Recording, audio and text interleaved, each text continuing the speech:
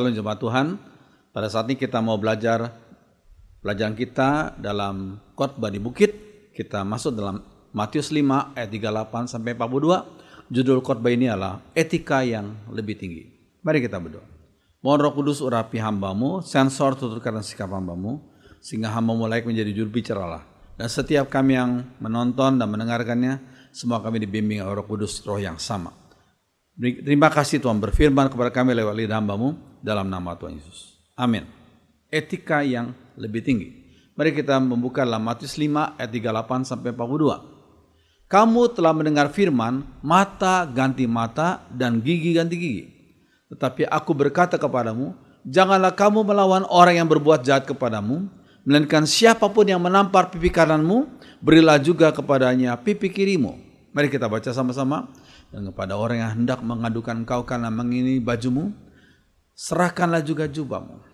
Dan siapapun yang memaksa engkau berjalan sejauh 1 mil, berjalanlah bersama dia sejauh 2 mil. Sama-sama kita bacakan.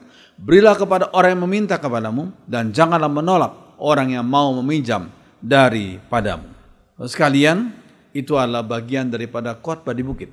Nah, kalau kita mempelajari firman Tuhan, khotbah di bukit adalah khotbah untuk para murid Tuhan.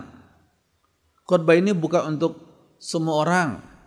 Ya, khotbah ini hanya untuk para murid Tuhan. Kenapa demikian? Karena standar etikanya berbeda dengan standar etika orang dunia ini. Standar etikanya begitu tinggi. Ya, bahkan lebih tinggi daripada standar etika orang Kristen yang sekedar KTP belaka. Orang Kristen yang hanya KTP belaka, yang Kristen tetapi tanpa pertobatan. Sekalian, orang yang sungguh-sungguh percaya Yesus sebagai selamat, terima Yesus sebagai selamat, dan dibimbing Roh Kudus, orang itu akan menjalani etika dalam khotbah di bukit ini. Dan Roh Kudus akan menolong dia. Sekalian, ini suatu hal yang penting. Nah, selanjutnya kita akan melihat perintah Tuhan kepada para muridnya untuk apa? Sekalian, yang pertama adalah tidak balas penghinaan dengan penghinaan juga. Tidak membalas penghinaan dengan penghinaan juga. Sekalian, dikatakan dalam pasal 5 ayat yang ke-39, tapi sekarang aku berkata kepadamu, jangan balas dendam terhadap orang yang berbuat jahat kepadamu. Sebaliknya, kalau orang menampar pipi kananmu, biarkanlah dia menampar pipi kirimu juga. Ya, sekalian, sebaliknya kalau orang menampar pipi kananmu, biarkanlah dia menampar pipi kirimu juga. Sekalian, ini suatu hal yang Tuhan Yesus ajarkan. Maksudnya apa? Saudara sekalian, tamparan atau to slap itu dalam bahasa Inggris, tamparan adalah simbol penghinaan. Sekalian, pada waktu itu orang lebih terhormat kalau ditonjok oleh orang lawannya atau oleh temannya. Tapi kalau seorang itu ditampar itu dengan bahu tangan, ya, itu merupakan simbol penghinaan. Sekalian, jadi maksudnya apa? Biarkanlah dia menampar pipi kirimu juga. Sekalian, maksudnya apa? Di sini merupakan suatu hal yang penting. Dan bagaimanakah respon Tuhan Yesus sendiri pada waktu ditampar oleh prajurit Herodes? Bagaimana respon Tuhan Yesus sendiri waktu beliau mengalaminya? Sekalian, ini merupakan hal yang penting kita perlu mengerti.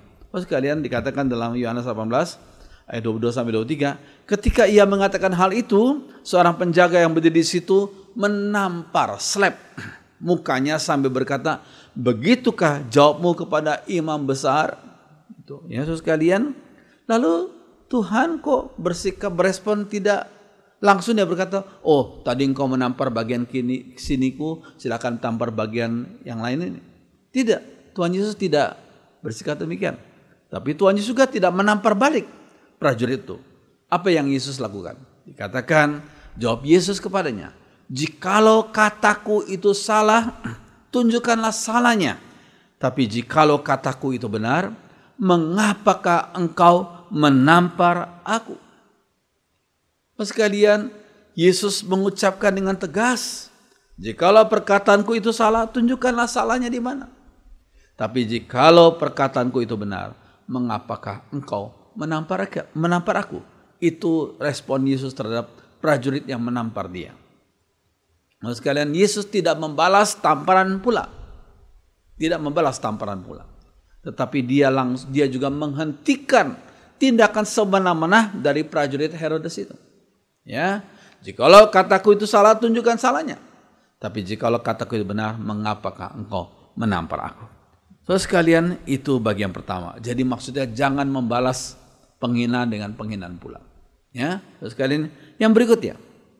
Perintah Tuhan yang kedua kepada para muridnya adalah untuk tidak mempertahankan hak pribadi, tapi rela menyerahkan hak itu bagi orang yang lebih membutuhkannya. Ya, tidak mempertahankan hak pribadi, tapi rela menyerahkannya bagi orang yang lebih membutuhkannya. Itu dalam ayat 40. Dikatakan, ya, dan kepada orang yang hendak mengadukan engkau karena mengini bajumu, serahkanlah juga jubahmu. Nah, ini supaya kita mengerti konteks ayat ini adalah seperti ini.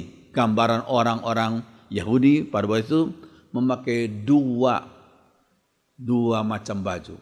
Yang pertama yang luar adalah yang disebut dengan jubah. Tapi bagian dalam adalah tunik, baju bagian dalam. Terus kan orang miskin biasanya punya beberapa tunik, baju dalam bagian dalam. Tapi mereka maksimum hanya punya satu jubah. Cloak, ya, cloak, satu jubah. Itu baju jubah itu hanya mereka gunakan pada waktu malam hari untuk melindungi tubuh mereka dari sengatan dinginnya udara itu. Terus sekalian, tapi ini suatu hal yang penting. Kalau seorang mengadukan kau karena mengini bajumu, yaitu tunik, baju bagian dalam, serahkan juga jubahmu, yaitu cloak itu. Maksudnya apa? Terus sekalian, maksud ayat ini adalah jika untuk menolong orang lain yang lebih butuh dan lebih lemah kondisi tubuhnya, mungkin sedang sakit, sedang meriang badannya, ya, maka seorang murid Tuhan rela meminjamkan satu-satunya jubah yang ia miliki. Ini suatu hal yang etika yang tinggi sekali, ya. Jika untuk menolong orang lain yang lebih butuh dan lebih lemah kondisi tubuhnya, maka seorang murid Tuhan rela meminjamkan satu-satunya jubah yang ia miliki untuk menolong orang yang sedang butuh itu. Terus kayak itu yang kedua. Yang ketiga adalah perintah Tuhan kepada para muridnya ini. Yang ketiga adalah tidak bersikap pasif, tapi proaktif menolong orang lain. Proaktif, tidak bersikap pasif.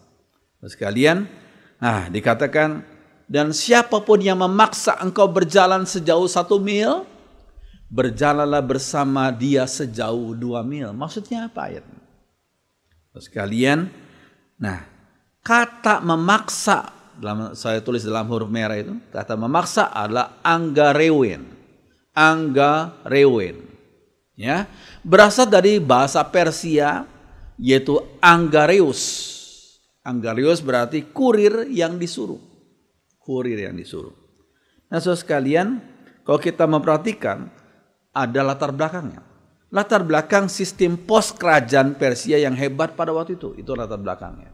Ya, saudara sekalian. Nah, saya tunjukkan. Nah, jalan-jalan pada waktu itu dibagi menjadi distrik-distrik yang masing-masing terdiri dari 1 hari perjalanan. Jadi dibagi dalam distrik-distrik yang masing-masing terdiri daripada 1 hari perjalanan. 1 hari perjalanan kira-kira ya 32 km kira-kira ya.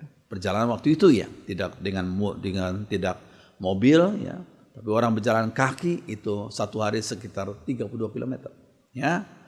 Kemudian yang berikutnya, nah di setiap bagian distrik-distrik itu tersedia makanan dan minuman bagi tukang pos ya.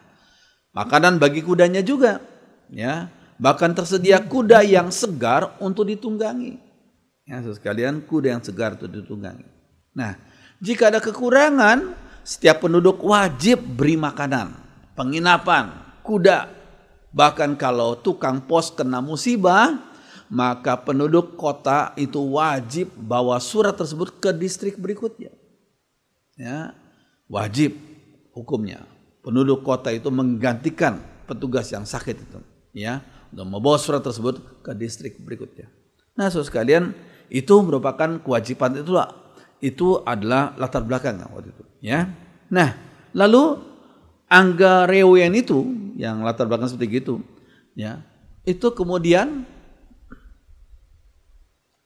ya berkembang, ya, menjadi keharusan rakyat jajahan untuk menyediakan makanan, penginapan bagi tentara penakluk, ya, keharusan bagi rakyat jajahan untuk menyediakan makanan, penginapan bagi tentara penakluk, dan keharusan rakyat terjajah untuk pikul beban tentara penjajah sepanjang 1 mil. Jadi kalau tentara penjajah itu sudah lelah, sudah letih, ya sudah, dia tinggal panggil saja orang yang dekat-dekat dengan situ. Ya, walaupun orang itu baru kali ketemu, belum dia kenal, tapi itu ada rakyat yang dijajah, maka dia panggil saja untuk pikul beban tentara yang sedang letih itu, untuk memikul beban tentara itu selama 1 mil atau sekitar 1,6 kilometer. Ya, sekalian. Nah, kemudian tentara Romawi hanya menaruh tombaknya di bahu seseorang. Ya, rakyat dari negeri yang terjajah itu harus pikul beban dari prajurit Romawi. Nggak boleh berkata tidak mau. Harus itu, karena itu adalah rakyat terjajah. Ya, harus pikul beban dari tentara prajurit Romawi itu selama 1 mil atau 1,6 kilo. Ya, mungkin sikap rakyat itu jengkel pada 1 mil pertama, karena dia mulai berkata, ini karena kami ini rakyat terjajah, ya sudah harus pikul beban ini sebanyak 1,6 kilo. Namun di tengah-tengah perjalanan itu, rakyat terjajah itu ingat akan kasih dan perintah Tuhan, karena rakyat terjajah itu adalah orang Kristen ternyata. Ya, pertamanya jengkel pada memikul beban itu, ya. Namun di tengah-tengah 1 mil itu dia mulai ingat akan kasih Tuhan dan perintah Tuhan untuk mengasihi, bahkan mengasihi musuh, ya. Maka terjadi perubahan sikap hati, ya. Lalu apa yang terjadi? Ketika selesai mil pertama, prajurit Romawi itu mengizinkan beban itu diturunkan. Ayo turunkan. Sang rakyat jajahan itu adalah boleh pergi, boleh kalian pergi. Kamu pergi saja. Sudah satu mil, ya sekalian. Namun responnya ternyata mengejutkan. Orang Kristen itu malah menawarkan jasanya untuk mengangkat beban tersebut pada mil kedua. Ya, dia nggak lari, tapi dia malah menawarkan jasanya.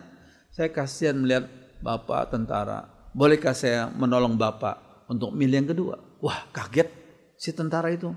Ini orang malah menawarkan jasanya untuk mengangkut beban itu pada mil yang kedua. Ya. Lalu di tengah-tengah perjalanan mil kedua itu, prajurit Romawi itu bertanya kepada rakyat itu, ya, mengapa engkau bersikap demikian? Orang-orang lain biasa langsung lari gibrit setelah mereka melaksanakan tugas mereka pada mil pertama. Kok berbeda sekali, malah menawarkan untuk memikul bebanmu pada mil kedua. Ya, orang lain kalau selesai mil pertama cepat-cepat serahkan beban itu, lalu lari tinggalkan prajurit itu. Ya, tapi mengapa engkau malah menawarkan jasa untuk pikul beban untuk mil kedua? Ya, kemudian orang Kristen itu menjelaskan secara singkat, karena Tuhan kami mengajarkan demikian. Karena Tuhan kami mengajarkan demikian. Ya, prajurit itu bertanya, Tuhanmu, siapa Tuhan? Dijawab oleh rakyat itu, Tuhan kami adalah Tuhan Yesus Kristus. Wah, kagetlah prajurit itu. Siapa itu Tuhan Yesus Kristus? Ya, mulai dicerita tentang Injil walaupun singkat tapi langsung to the point. Ya, sekalian. Nah, hal tersebut menjadi kesaksian hidup yang luar biasa bagi prajurit Romawi itu. Itu merupakan asal mula Injil diberitakan kepada prajurit Romawi. Terus sekalian, itu satu latar belakang yang indah yang perlu diteladani oleh kita sebagai umat Tuhan.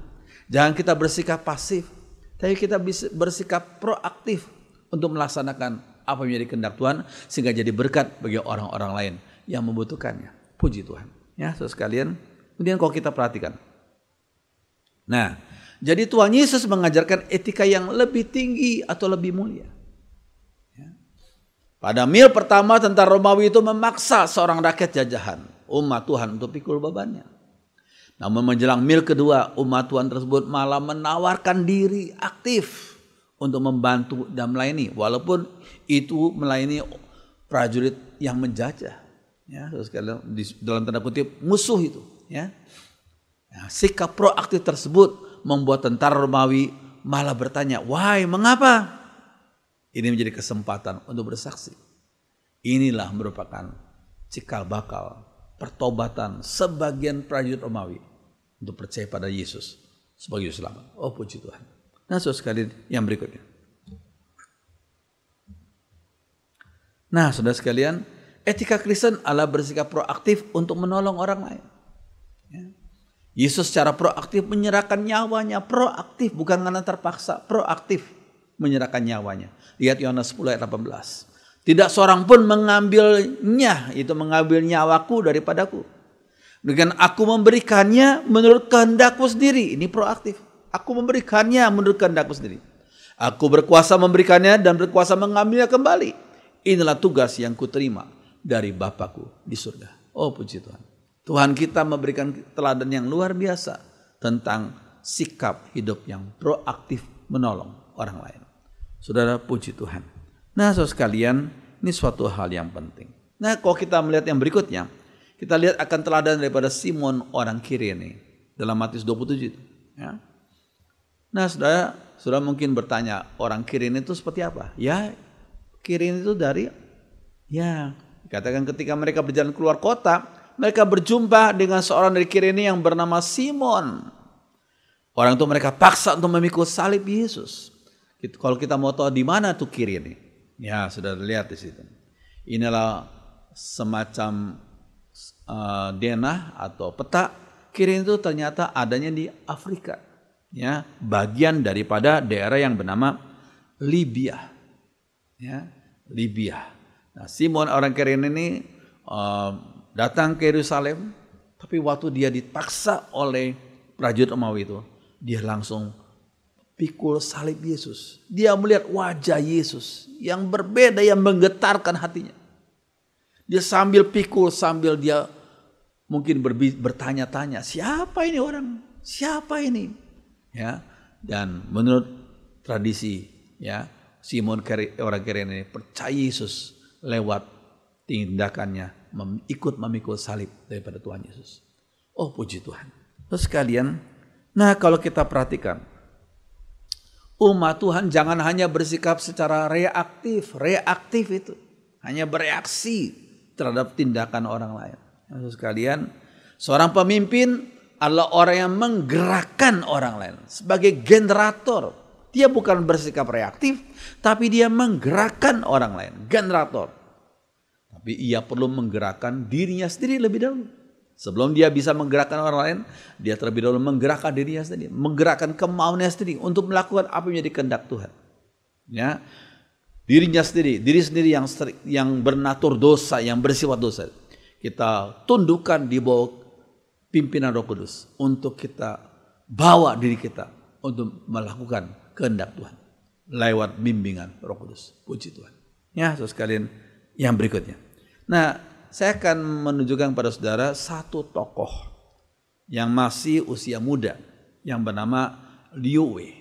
Liu Wei sekarang ini usia 33 tahun dari Beijing, ya, dari RRC. Liu Wei ini, kenapa saya kutip orang ini? Dia berkata, pada usia 10 tahun, ia tersengat listrik ketika sedang bermain petak umpet, ya, hide and seek gitu ya. Lalu setelah tersengat listrik, dia pingsan selama 45 jam. Nah, setelah dia bangun, mulai engeh, dia mulai sadar, wah, dia kehilangan kedua tangannya. Maksudnya saraf-saraf yang berkaitan dengan kedua tangannya itu sudah mati, ya, karena tersengat listrik. Pasti listrik harus kuat sekali, ya. Lalu apa yang terjadi? Mamanya nggak berharap banyak darinya.